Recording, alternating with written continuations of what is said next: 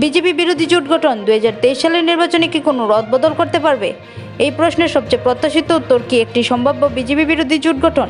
প্রশ্নটি উত্তর পাওয়ার একমাত্র রাস্তা হলো জনগণের মতামতের ভোটের ফলাফল।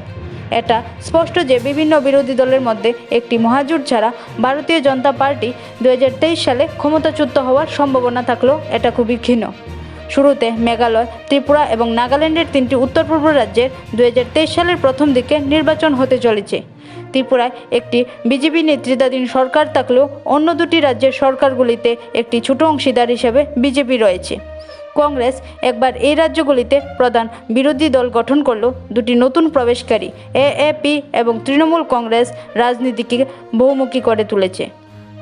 ত্রিপুরায় বিজেপি দুর্বল অবস্থানে রয়েছে বলে মনে হচ্ছে, কারণ দলের 8 জন বিধায়ক এবং তার সহযোগীরা অন্যান্য দলে যোগ দিয়েছেন। বিজেপি যখন তার মুখ্যমন্ত্রী বিপ্লব দেবকে মধ্যবর্তী মেয়াদে পরিবর্তন করেছিলেন এবং সরকারকে আরও শক্তিশালী করার উদ্দেশ্যে নতুন মুখ্যমন্ত্রী হিসেবে মানিক শাহকে নির্বাচন করে, কিন্তু দেখা যাচ্ছে মানিক শাহ বর্তমানে দলকে ধরে রাখতে লড়াই করছেন।